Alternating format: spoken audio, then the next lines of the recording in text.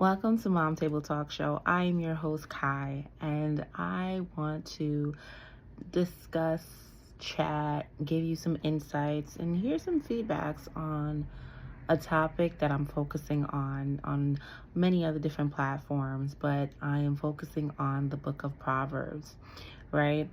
And I'm going to highlight in this series the virtuous wife of Proverbs. And I want to talk about a wife, right? We are all moms on this platform, and some of us are committed in a committed relationship, are vowed in marriage. And so I just want to talk with my moms who are also wives, right?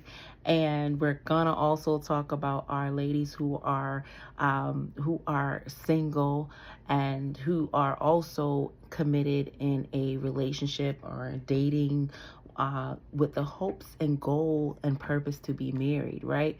But I want us to look in the perspective of the foundation.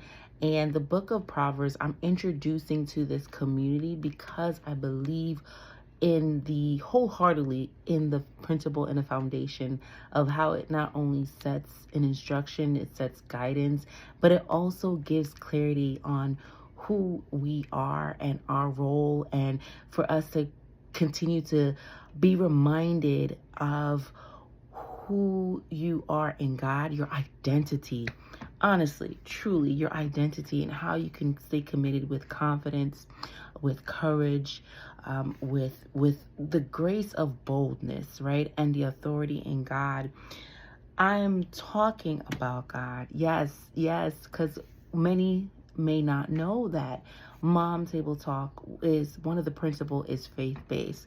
So you're gonna hear this, and if you have an ear where it's like, girl, I don't want you talking about that, I truly encourage you to have the heart of receiving this word, because I believe wherever you are in life, we're always searching and seeking for guidance, but the ultimate guidance and the person who guides you is God. And He is the great that I am. He's the I am that I am. So I believe that because He knew who I am and who you are before we were ever given a name, before we even entered into this world, He placed you on the list of, I have called you to be so and so, and I believe that once we understand our who we are, then we're able to transition into the role and the character of a wife, of a mother, of a sister, of a friend, right?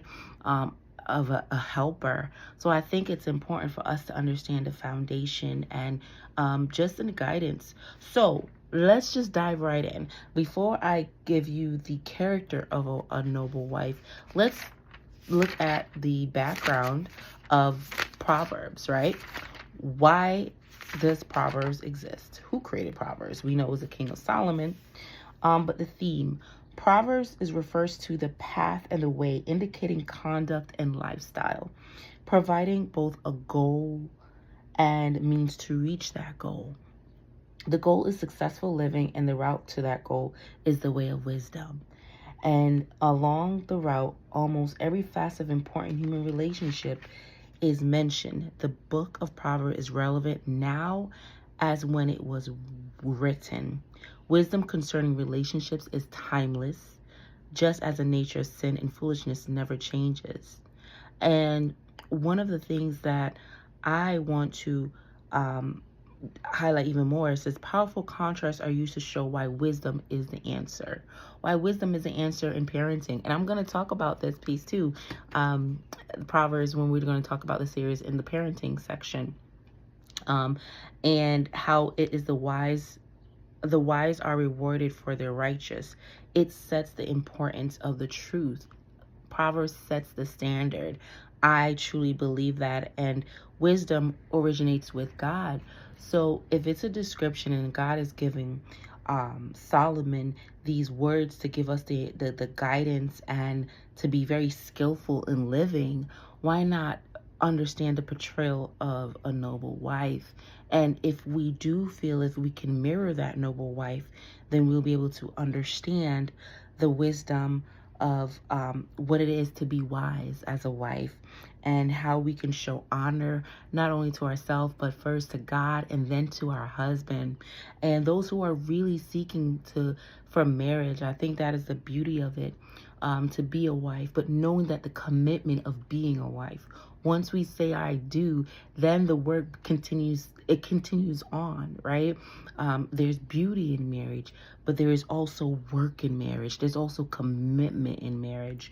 And I want to talk more about that, because once our children see how we are not only as in the role of motherhood, but how we are in the role as a woman and a wife to our husband, then our sons and our daughters will be able to understand the dynamic of the representation. We are the physical representation of the bride and the bridegroom. The bride, right? And the bridegroom, which is representation of Jesus, and and who we are as the body, the church, and how his love for us. And I believe that once we wholeheartedly know who we are in God, our identity, our identity in God first, then it actually flows over into wife and also into motherhood. So let's just start. I want to go into, I'm reading from the NIV. I'm reading from a study Bible. And I like that they have sections where they give us an overview of a virtuous wife, and an understanding, a setting, gives us a setting, right, of an examples of what does it look like to be a virtuous wife. And some may know and some may not, but I think that it gives us who and when and how, and different themes and focus of what we as godly women can appear as, and a representation of it was written in the Bible, but we can say, oh, I relate to this wife in the Bible. I relate to this woman in the Bible. And so as we read, I want us to get an understanding of the description of what that character of a wife may be. And even if you don't have that character, it's okay. Maybe that is your desire. And oftentimes if we are committed, we practice and we become in the area where God sees the strength, and God sees our struggles, and saying, you know what? Sometimes your struggles are the areas where he's going to use us. And we're going to be a testament of like, I thought I was not going to be able to, but actually I was being used by God to show that I can actually blossom into this person that I never imagined that I would be, right? So I think that is a great, I want to set that up for you to recognize that oftentimes our desires may not be the same desire as your other friend, right? And but just understanding that Proverbs is just a guide. It's not putting you down or making you feel less than. I want to actually, as I'm saying that, give an overview. I love this part. I think I missed out where the literary characteristics of Proverb is that it is a writing style. It expresses the proverb. It is to be like, or to be compared with, not to be compared with. And it is just giving vivid statements that's taken from everyday life. They're practical guidelines for successful living, really. And the proverb does not argue with you. It does not argue with others. It assumes, and its primary purpose is not to explain a matter, but to give pointed expression to the idea of. Many of the proverbial maxims should be recognized as guidelines, not necessarily absolutes. What is stated is generally true, although there may be exceptions. So let's go into Proverbs 31, that familiar verse. And if you're not, I want to introduce that to you. Proverbs 31, verse 10. A wife of noble character, who can find? That is the question. She is worth far more than rubies. Her husband has full confidence in her and lacks nothing of value. Lacks nothing of value.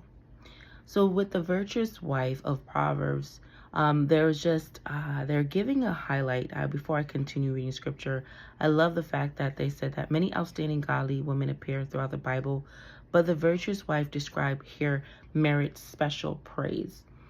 This woman is not an actual woman, but rather an ideal to be realized, a paradigm for any wife or mother. For centuries, women have been amazed and challenged by her example. She does not just represent a challenge, but rather a series of possibilities. And she does not come off of she's more so displayed as the many qualities and activities and accomplishments available to those seeking godly womanhood. The passage describes what kind of a wife a woman should be and what kind of a woman a man should choose to marry. An acrostic poem. So Proverbs 31 is represented as a poem. And each of the 22 verses begins with a successive letter of the Hebrew alphabet, encouraging the memorization of this literary masterpiece. Through the poem, the woman of strength comes alive. This rare woman is a paragon of virtue, trustworthy, industrious, organized, and loving. Yet, amazingly, she was able to order the priorities of her world. Her husband trusted her, totally trusted her. And her children voluntarily praised her, and her home was a model of efficiency. She reached out to her community, helped the poor, and increased her family's resources through wise investments and productive management. Her beauty was not merely outward.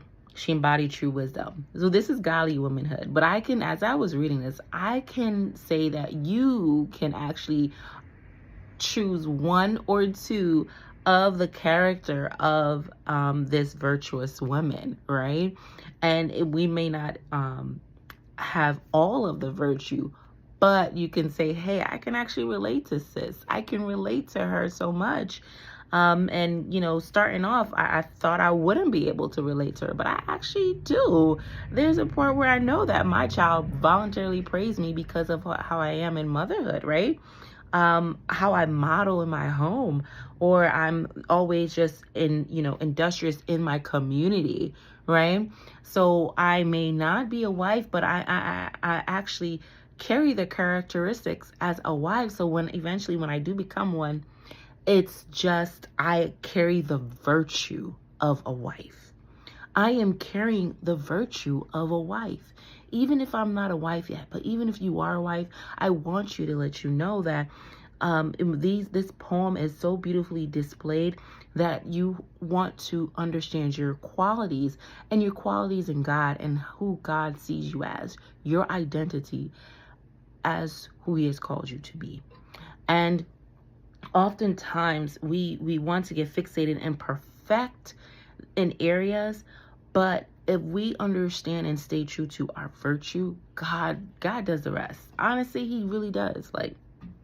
He sets things up in place for you to show your skills, to be able to showcase your character, and then in return, the praises of who he is in your life, right? And I always say, like, if God gives this to me, then I always bring the glory back to God, because without him, I know I wouldn't been able to carry things out. So I thank him for introducing me with the wisdom and understanding for me to showcase my qualities, right? To showcase my qualities as a wife. I may not carry all the virtues, but I'll be working toward, it's an encouragement and empowerment to actually work towards these virtues. And it's not for me to be consistent, to focus on the consistency of always being a virtuous wife, but to be committed and understand the virtue, the foundation of the qualities of a virtuous wife. And it also continued. She reached out to her community, helped the poor, and increased her family resources through wise investments. So this Proverbs 31 woman was also in, as we talk about in our community, she was a businesswoman. She was a woman who also probably worked her 9 to 5 and also was a entrepreneur, and also served her husband in a way, like praised him and made him feel that you are the leader of this house, and I acknowledge you and I honor you, even while I'm still doing. And he's supporting of her to continue doing what she does, because she's able to still show the qualities of a wife towards her husband. And that is one of the parts where we talk about motherhood, where we're balancing, with the priority, but we also want to make sure we don't forget to support and provide the role of wife, being a wife to our husband. I believe that's truly important, because if we put all our in our children, then your husband is going to feel some type of way. He's a man. He's human, right? He needs love too. And when we're committed to that, when we show to our husband that we can be trusted, he trusts us so much with the finance, with the roles of the house, with decision making, because he sees that we have a good head on our shoulder. We think with wisdom, with understanding, and we make decisions not only just for ourselves, but we include him in it, right? And they feel totally comfortable and trusted in that, and they understand your wisdom. They may lead, but they come to you for that wisdom and saying, okay, wife, I see what you're saying. I see what you're doing. Okay, I'm gonna go ahead. I'm gonna proceed, right? We're always in the back and we're just whispering, say, hey, hubby, maybe you can go this route. I don't know. But then when he comes in, he's like, you know what? My wife has a good point. She's in the best interest of this, so I'm actually going to pay attention and add in her thoughts, her perception of things, and but also looking at what she's saying is actually true, right? There's true wisdom behind her words. Her words carry the wisdom of God, and she's a godly woman, so that is key. The portrait of the virtuous wife closes with the key to her success, illustrating the theme wisdom found through our Proverbs. This woman first feared and reverenced God, and that's the honor